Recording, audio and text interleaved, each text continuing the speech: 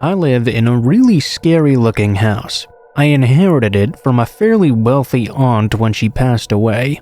In the town that I lived in, it was considered the spook house.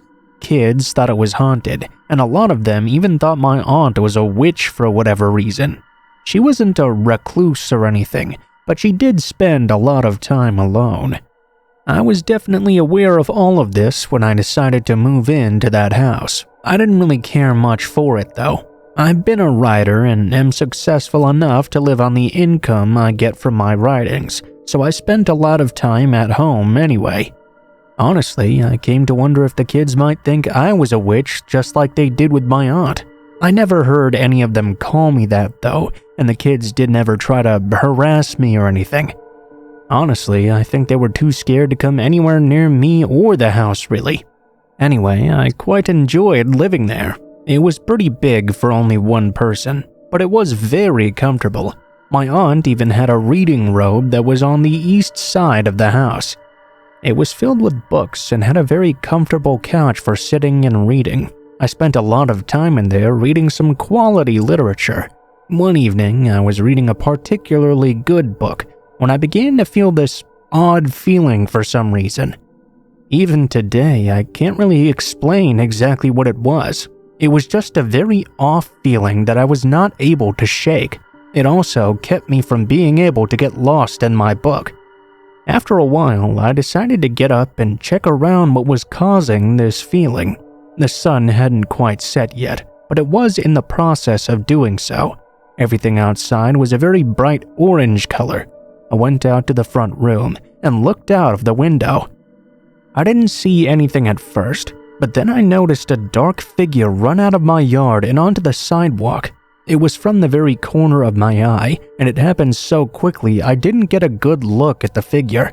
Knowing about the history of the house, I chalked it up to just being a kid doing something weird. Maybe one of his friends had dared him to go up to the spook house or something. Maybe he'd seen me in the window, lost his nerve, and ran off. Made perfect sense to me.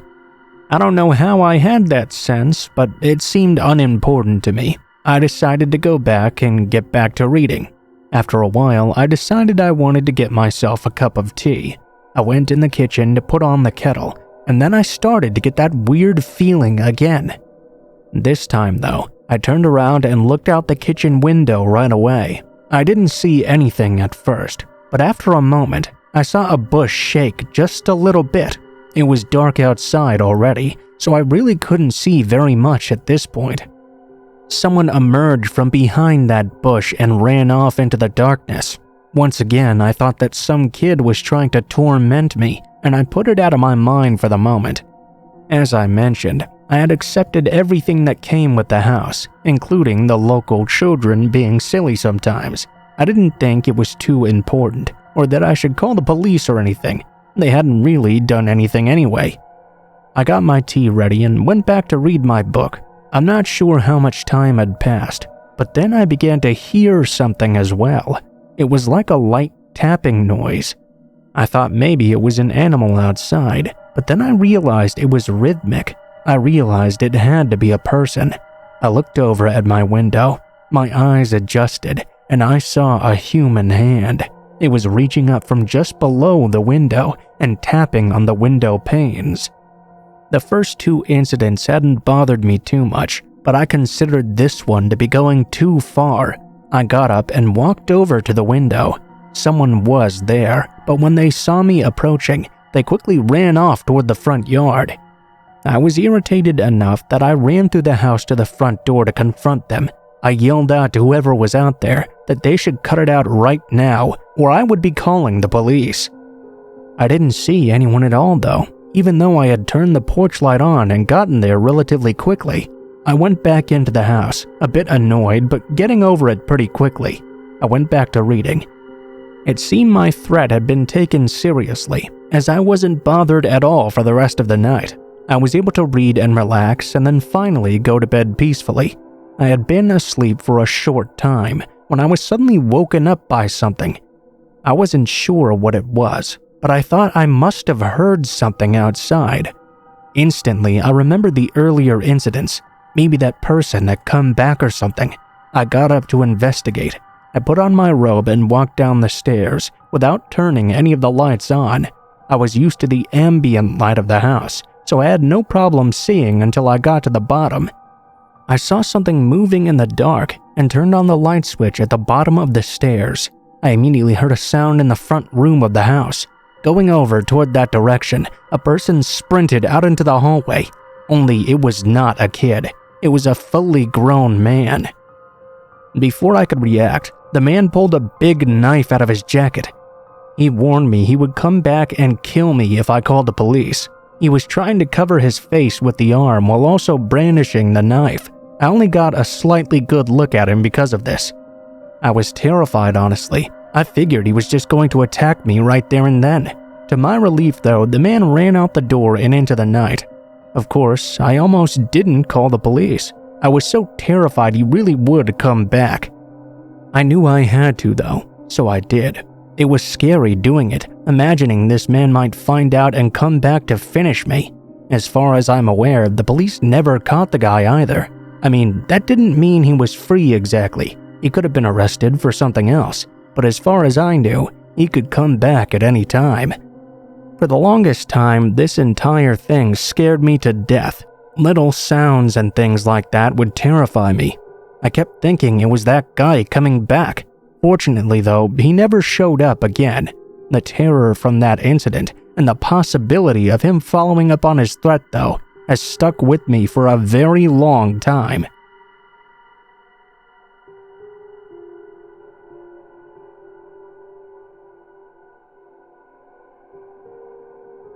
I have an in-ground swimming pool in my backyard. It was one of the necessities I required when looking for my own house. I swam in high school and in college, so it was a really big part of my life that I enjoyed doing.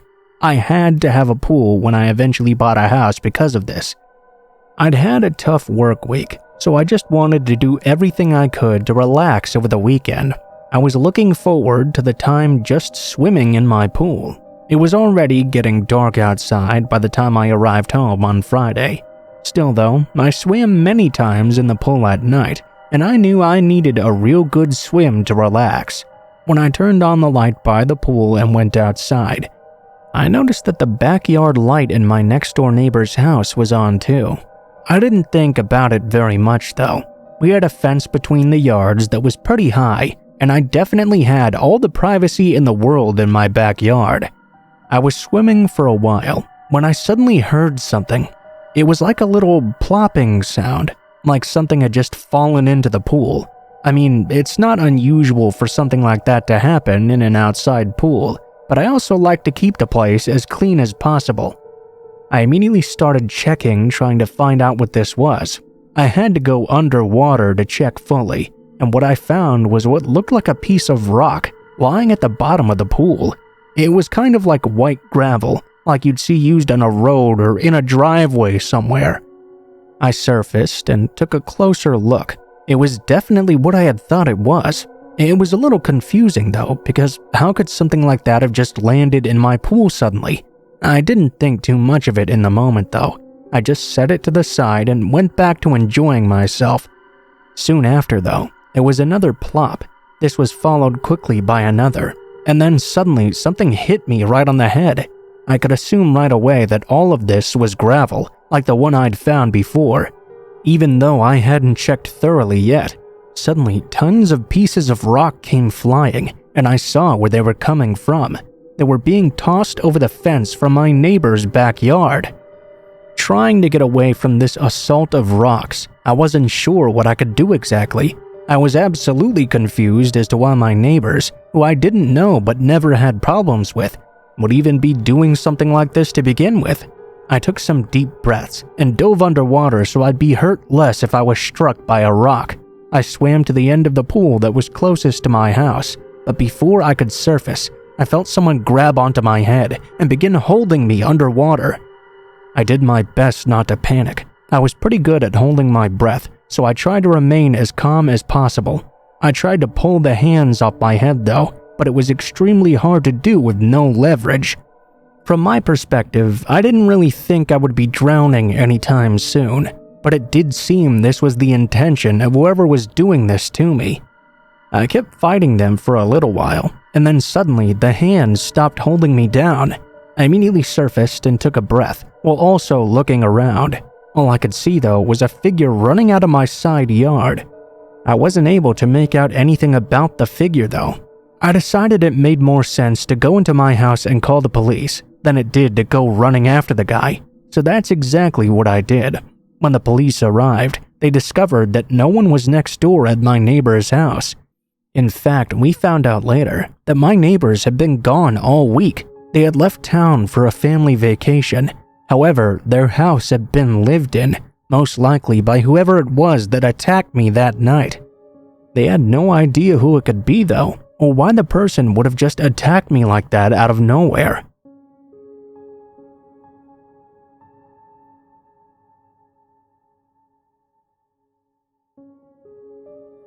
This is a story from a couple of years ago, when my buddy, 19, and I, 17, were out running and stumbled upon something very strange. I lived in quite a small town at the time, with a large industrial plant nearby, where most of the people there worked at.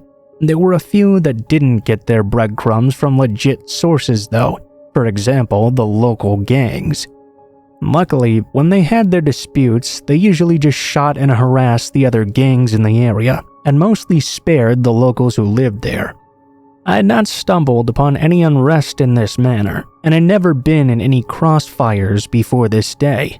My buddy and I were preparing to take a long run around town, taking some small roads and trails to get the miles clocked in.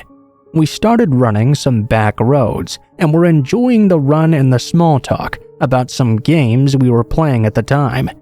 We took some right and left turns, and after a couple of miles, my friend said he knew a small path to the next neighborhood. It was a path over some train tracks, where there were usually no trains running, so it was safe to walk over. It was quite a fun path as well, with many ups and downs. There was nice forest scenery too, a very sparse pine forest with some large trees mixed in. We ran for 1 minute on this path. When we saw a bit further down, there was a duffel bag laying under a small bush on the right side of it. Obviously, this was new here, and it seemed to be full of something as well. In my head, I was thinking at first someone might have forgotten it there, but then I remembered that this path was not a path someone would just go down with a duffel bag. Usually, it would be people just running past like us. I turned over to my friend. "Hey, do you see that bag?" He answered, "Yes." I asked him, "Should we look and see what's inside?" "Nah, it's probably nothing in there." We continued down the path, and didn't think that much of it. Here's where the strange part comes though. We had just passed the train tracks, when a couple of yards further down, we saw a man standing in a black suit, who seemed to be having a serious conversation on the phone. He seemed quite surprised to see us running from that direction as well. He had black gloves on, was quite muscular. His phone also looked like some sort of prepaid device. My heart started racing, and my adrenaline started pumping. What was a man with a suit like this doing here in the forest? I tried to act cool and nodded hello to him. He was still on his phone talking to someone, and seemed not to mind us running beside him on the path. A while after we encountered this strange man in the black suit though, we both thought to each other, what was in that bag? He must have been looking for it. That's when I fully understood what could have happened to us if we had decided to check that bag and take it with us, or even just search the bag's contents at all, and the man stumbled upon that discovery.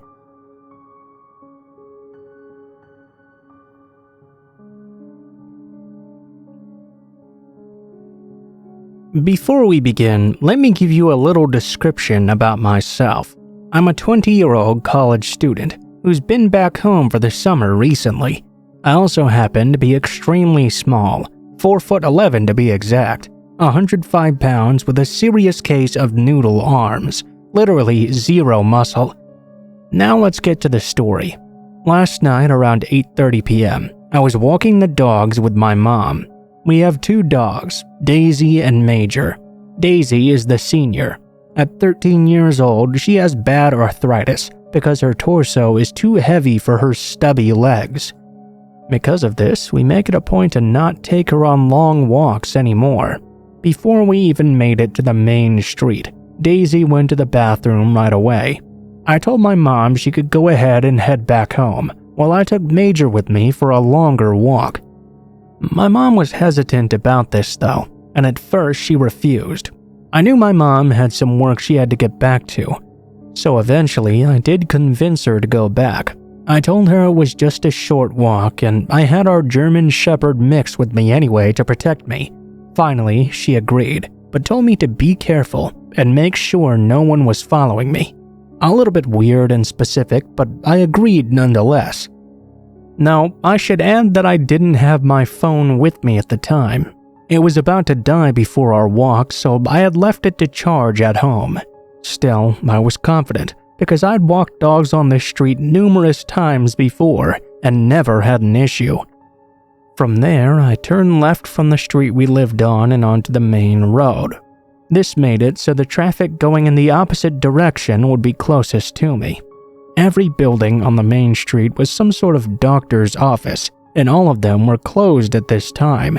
The parking lots were all empty as well. I walked for a bit on the left side, before deciding to cross over to the right side of the street where the dentist's office was, just past the vet area. Before I could do that though, there was a car approaching on my side of the street. I waited patiently for them to pass before walking across. As I was walking, I took note that the car that passed by was red. I stopped just before the dentist's parking lot. Usually I just walk behind the dentist's office, but this night I hesitated. After a full minute of Major sniffing at nothing of interest, I decided against going back there and walked past the front instead. I opted to go back the long way home. Not even 30 seconds after I decided not to walk in that direction, a car pulled into one of the two entrances of the parking lot and parked in a parking spot as if waiting for me. I had never seen anybody pull into the lot of this street so late at night before, so I was immediately suspicious. I checked behind me, checking to make sure it was not the same car I'd seen just a minute ago. After 30 seconds went by, the car pulled out from the parking space, jerked back to the other entrance, the one closer to me, then pulled out just far enough for me to see it was in fact the same red car.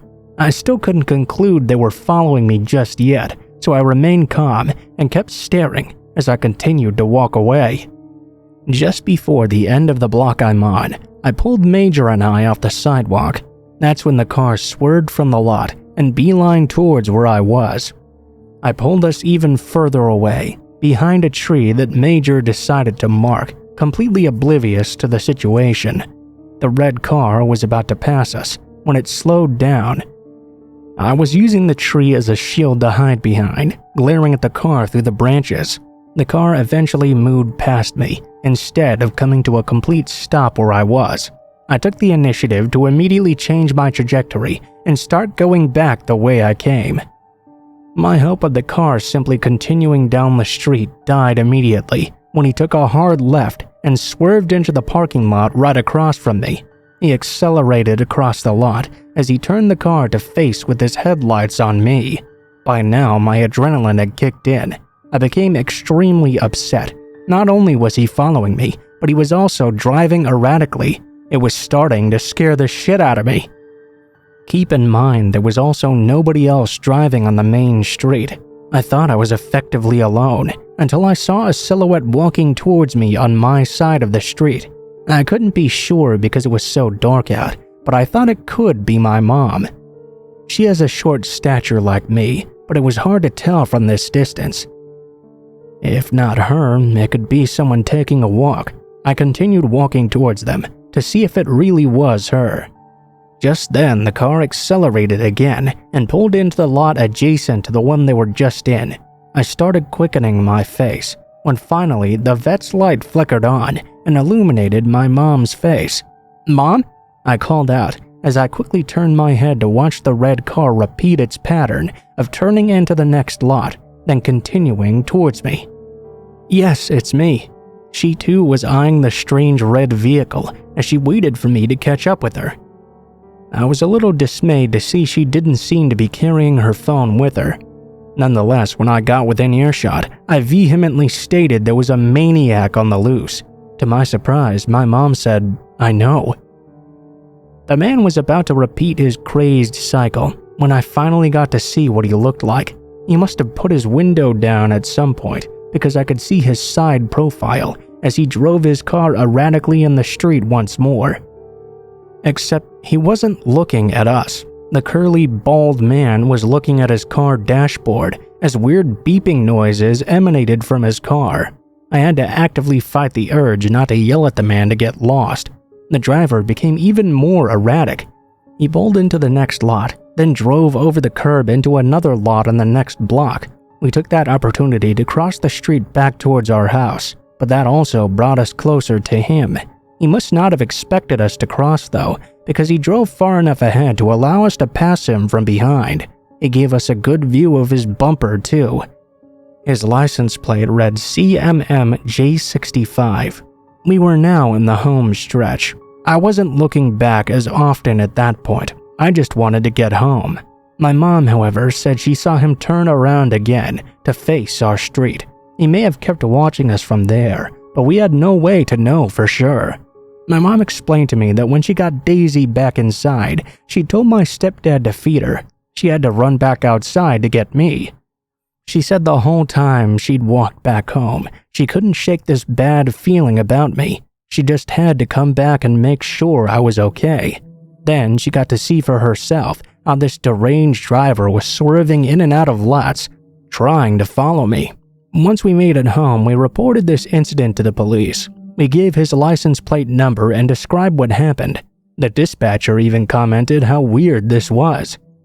I don't want to know what the guy was thinking. I'm just so happy my mom had the intuition to come find me. I don't know what I would have done to get myself home otherwise. The rest of that night I spent it awake and wondering what I could have done better in that situation. I was afraid that if I tried to run, it would have provoked him and he would have really tried to chase me. Then there wouldn't have been any way to outrun him. I wonder what would have happened if I'd gone behind the dentist's office before I decided not to. I don't like thinking about it.